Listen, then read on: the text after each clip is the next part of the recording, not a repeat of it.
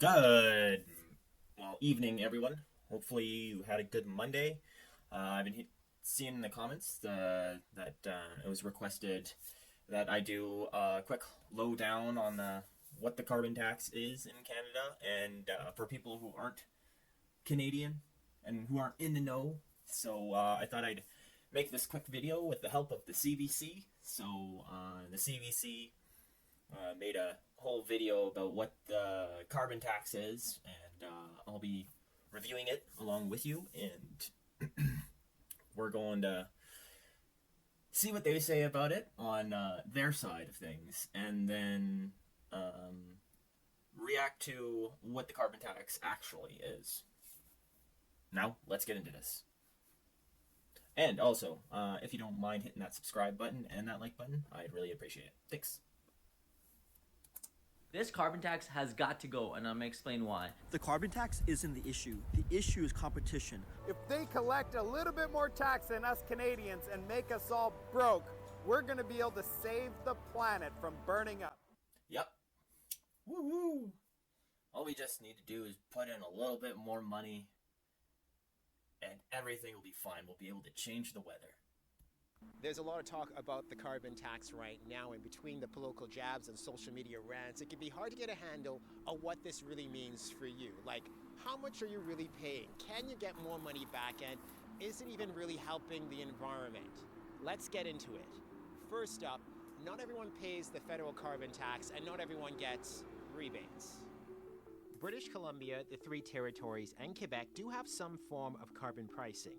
But if you live there, you don't get the federal rebate. If you live in the rest of Canada, you pay the federal carbon tax, and you get a federal rebate. So, pretty much what he's saying there is BC has their own sort of. I'll start from the beginning. So, when this all started, the federal government came out and said, by this point in time, we're going to be bringing in Canadian carbon tax for all of Canada. But you provinces can create your own carbon tax and distribute it your own way and collect it yourselves. And distribute the money whichever way you want to do it, as long as it meets federal government standards. So that's what he's sort of saying here. And so BC has their own sort of carbon tax system, so they don't actually get checks from the federal carbon tax because they don't pay into it. I assume they probably get something from the provincial government, but I don't live there, so anybody listening from BC, let me know if you guys get carbon rebate checks back. As for Quebec, they have a sort of cap and trade system. I think it's like linked with California or something. So they don't have to pay any carbon tax on any of their stuff. So from what I've read, their system, it like goes up and down depending on the market or something like that. So yeah, I don't really know how the cap and trade system really works. I just know that they don't have to pay because of that system.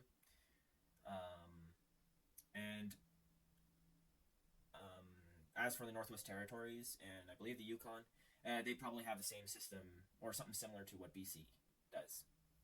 Now, Alberta used to have its own carbon tax when the NDP leader Rachel Notley was in. But when she got ousted, the UCP canceled that. So I can tell you one thing. I don't really think when we had a provincial carbon tax that it really did anything different than the federal. And it was earlier on, so I can't really tell you whether it was better, whether it was worse. It is kind of nice that the money stayed in the province, but that's no endorsement for having one. So Businesses also pay the carbon tax. Big companies with big emissions may fall under a separate industrial carbon pricing system. Canada has had a national price on greenhouse gas emissions. just a little caveat to that. Sure, they have to pay, but guess what those companies do. They just pass it down to the they just pass it down to the consumer. So everybody needs to use gas in one way or another, whether you heat your home. Well, it doesn't even matter if you have an EV vehicle, because you're going to need that for electricity, to generate electricity. You're going to need that during the winter to heat your home. You're going to need... So, yeah, those companies just crank up or include the tax in your bill. And it's a lot of tax. I've seen some people's gas bill, and the carbon tax that they add onto that is crazy. Emissions since 2019, and it goes up every year. It started at $20 per ton. On April 1st, it will reach $80, and it's slated to increase $15 a year until 2030, added to fuels that emit CO2 and other greenhouse gases when burned. Carbon pricing in Canada is a key pillar of our emissions reduction strategy. This is Sarah Hastings-Simon. She's a professor at the University of Calgary. She studies how carbon pricing and other energy transitions can help Canada achieve its climate goals. So think about it. If it's going to increase every single year, then that means the gas at the pump is going to increase every single year. Your groceries are going to increase every single year because of the trucks that need to carry all of the, everything. Everything's carried by truck or train, and the trains use gas as well. So they're going to pass it down to the consumer, right? The grocery stores, they're going to pass it down to the consumer. And so every single year, even if inflation gets better, the grocery prices are just going to increase. So thinking behind carbon pricing, she says, is this. By putting a price on carbon emissions, on greenhouse gas emissions, we make it more expensive to emit, more expensive to create more carbon, and therefore we make it lower cost to use alternatives that create less carbon emissions. Not everyone can afford to go green, so let's do the math on what the rising price means. At the pump on April 1st, you'll pay about 3 cents extra per liter. That's on top of the carbon tax you already are paying. For the average driver, your total carbon tax bill for a full tank of gas will be from $8 to $11. But as the carbon tax rises, so do rebates. He also, as part of carbon... A crazy thing, just stopping it right here, is on that carbon tax day, I think it said it was like April 1st, that day, all of the prices of gas went up, like he said, like 6 cents, even more. And it was nuts. Like the day before, it was fine, and that day, it was crazy expensive. And you know what the fuel company said? They said it was, because it's summertime gas, and it uses different materials that cost more now. And because of the increase in the carbon tax. So, I'll have to review Doug Ford's video that he did on this, but it's like, unless you mixed in, unless you drained the old gas and replaced it with the summer gas, that would make sense. Or like, did you just like leave the old gas in and then throw the summer gas inside of it? It's nuts. But like, there's no doubt that these companies are using the carbon tax and as much as they can to gouge us as well. So, like, of course, why wouldn't they? Pricing is what's done with the money that's collected. All of that money, when it comes to federal carbon pricing, is returned to individuals and families within the province that it's collected from. Maybe the most confusing thing about the carbon tax is the money some get back. Do you know whether or not you got the carbon tax rebate? I believe I did, but I'm not sure. Do you have questions about the... And the funny thing about this thing is now they're trying to mandate that banks put on your statement that it's the carbon tax, or carbon rebate, as they say. Just so you know we were getting it back. It's like, yeah, that's not going to help your polls, liberals. The carbon tax, like, do you understand it fully? I'm not sure about it right now. You're a resident of Ontario, right? Yeah, so you live here in Ottawa. Yeah. And you're not sure if you got the rebate? No. Those rebates are now called the Canada Carbon Rebate. The term rebate is paid up front before paying the carbon tax. This is the government's attempt to make sure low-income earners are not out of pocket. How much you receive depends on your family size and where you live. For example, a family of 4 in Alberta receives $450 every 3 months. Rural residents could soon receive a 20% top-up. That's because they tend to drive more and use more energy than people who live in a city. The question some have, do you pay more than you get back? Yeah, I definitely do not see $430 every 3 months. So I'm just lucky, like, I live in a city and I don't have to drive that often. But I can't imagine how it is for, like, a single person who has to pay for electricity, has to also pay for, well, usually heat is included, but if you have to pay for heat, you're done. I did my own calculations. I pay about half of what I get back in the rebate. So you're making money. Yeah, so for me, That's Andrew Leach, an economics professor at the University of Alberta. He wrote about his family's rebate on his Substack. Turns out he's making a profit. What about others? Do we get back more money in the form of rebates than we pay in the form of a carbon tax?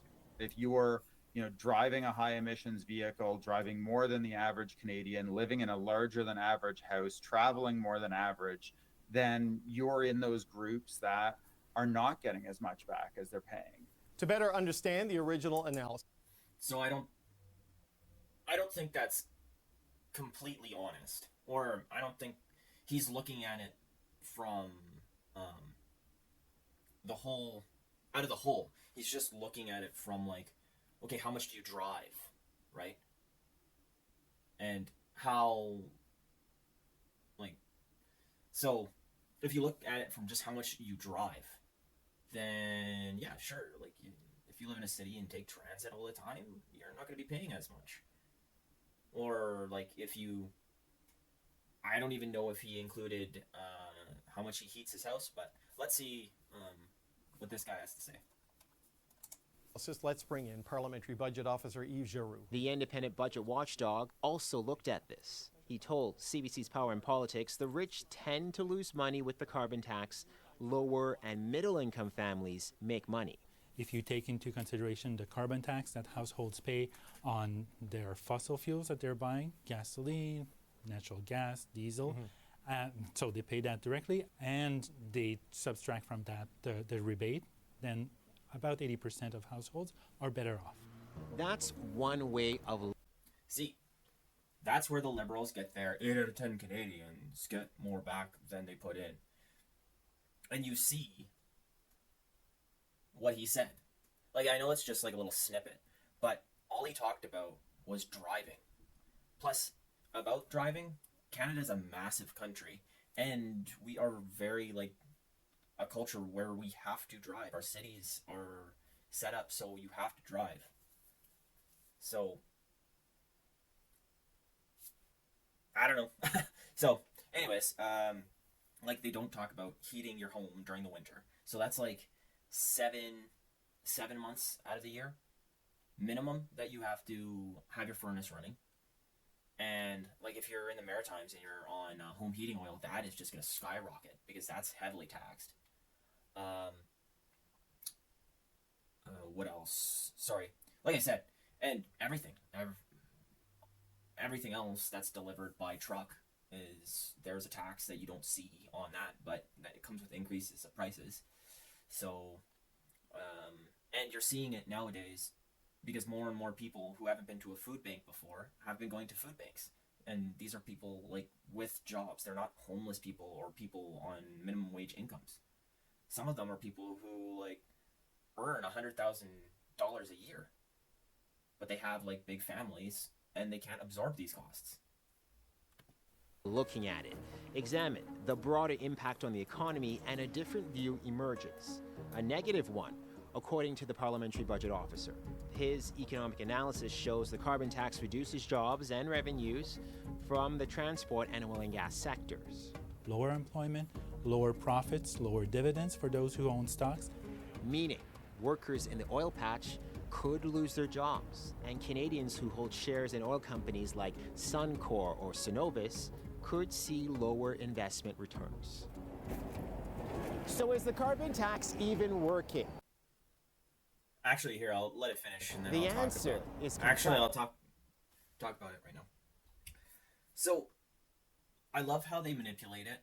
It is a CBC, but I love it how they manipulate it to say that only the rich are hurting because of it. Now, the parliamentary budget officer came out after and did a whole review on how much this cost, and I can't remember the exact number on it though. But most Canadians are paying more into carbon tax than they're getting back when you include gas, or yeah, gassing up your car, heating up your home, your AC in the summer, groceries, apparel, like when you pretty much like when you buy clothes, yada yada yada, and all that stuff. Increases in food, in restaurant, the food business, whenever you go out to eat. The carbon tax also affects beef, because there's a carbon, I think it's like a methane tax on cattle. So for each cow that you own, because of like literally because of like the methane they produce, aka cow farts, they put tax on them. So that increases as well with this. So the parliamentary budget officer, combined everything, and then once he sent it to the government, yeah, most Canadians don't get as much back. I tried to look for the graph. I can send you to a YouTube channel that I've done a lot on this. It's called Northern Perspective. They have quite a few carbon tax videos that they've done, and they have that the graph on there. Unfortunately, I couldn't find it, so I can't provide it. I have something at the end for you though. And anyways, let's continue. Is carbon pricing working to reduce emissions? It's a tricky question in terms of it's very hard in a causal way to say I'm going to point to this specific thing that happened, and it happened because of carbon pricing. Environment and Climate Change Canada says its modeling does show that our emissions would be higher without carbon pricing. And we also know that there is a cost to not acting on climate change, which the science says means more deadly heat domes, more intense wildfires, and floods. Floods. So that's why all the rich people are buying beachfront property, and they haven't been flooded yet. Anyways, other than that, let's stick to what she said. I love when he asked that question, if it's working. the professional there, the person who's supposed to know all this, is like, well, it's kind of hard because you can't really say if something. It's like, yeah, you can. You totally can. When you put the carbon tax in, did it make our emissions go down? Did people drive less? People, or Stats Canada does posts all these stats, though they are manipulated because it is a Canadian, it's the government doing the statistics, but still you could cite that to prove your point, but she doesn't do that. It's because it hasn't. The only year that carbon emissions has actually gone down is in 2020, when everybody was locked down. That's the only time. Well, no. Okay, let me rephrase that. The only time that the Canadian government has actually hit its targets for how much it wanted to reduce was in 2020, when everybody got locked down and nobody had any place to go, and you couldn't do interprovincial travel, yada yada yada. And we all remember everything that happened in 2020. So I have a little thing here for you guys, from somebody who did a request for information, or information request. So this is from Chris Larkin. He got some documents back from the government to find out how much this carbon tax actually costs taxpayers. So it says here, it comes from the Inquiry of Ministry. His question was, with regard to the carbon tax or price on carbon during the 2022 to 23 fiscal year, what were the annual costs of administrator, the collection of the carbon tax, 2, rebate program, and B, how many employees or full-time equivalents were assigned to work on the collection of the carbon tax rebate program. The CRA came back and they said, as noted on the CRA website on carbon pollution pricing, the government of Canada introduced a federal carbon tax, yada, yada, yada, yada. Give us the prices. Oh, price prior. I think you'll just have to go all the way down. Okay, so if we go all the way down to here, it'll give us the fuel charge and stuff. So it says for 2022 to 2023, the annual cost to administer the collection of the fuel charge and the rebate program follow, and the respective number of full-time equivalents follow. Fuel charge. Part A. Cost to administer collection of the fuel charge was $338,980,126 to collect. So that's our tax money right there. B. The number of full-time equivalents, FTEs, assigned to work on the collection of the fuel charge was 223.21.